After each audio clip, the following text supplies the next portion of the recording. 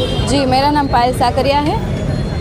आज आम आदमी पार्टी सूरत शहर के संगठन के द्वारा हम सब ने पद यात्रा का आयोजन किया था, क्योंकि आज के हाल में जो शिक्षण का व्यापार चल रहा है, शिक्षण में जो फ़ी वधारा जो है वो दिन ब दिन बढ़ता ही जा रहा है, फीस ज़्यादा मतलब बढ़ती ही जा रही है। हमें अभी पता है कि अभी थोड़े दिन पहले ही मेडिकल के जो स्टूडेंट थे, मेडिकल में जो फ़ी वधारा जो किया है, तो उसमें भी हमने विरोध किया था। जो मेडिकल में अगर ग्रेजुएशन करना है और फिर डॉक्टर बनना है तो उसके लिए 66 से भी ज़्यादा 88 तक जो फ़ी वधारा किया है, तो वो फ़ी वधारा जो है वो वापस लिया जाए।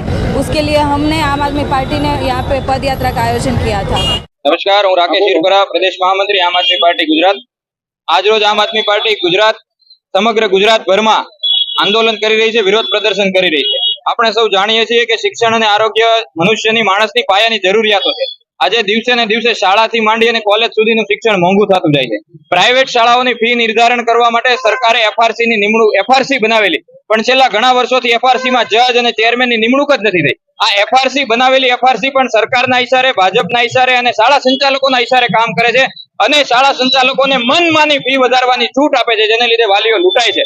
કોલેજોની વાત કરીએ તો સરકારી શાળા અને કોલેજોની સંખ્યા ઘટતી નથી। તાજેતરમાં આપણે સૌએ જોયું કે મેડિકલ કોલેજોની ફીમાં 10-10 લાખ રૂપિયાનો વધારો કરવામાં આવ્યો। સામે સરકારી મેડિકલ કોલેજોમાં સીટોની સંખ્યા નથી વધતી, શાળા કોલેજોની સંખ્યા નથી વધતી, તો વાલીઓ જાય ક્યાં?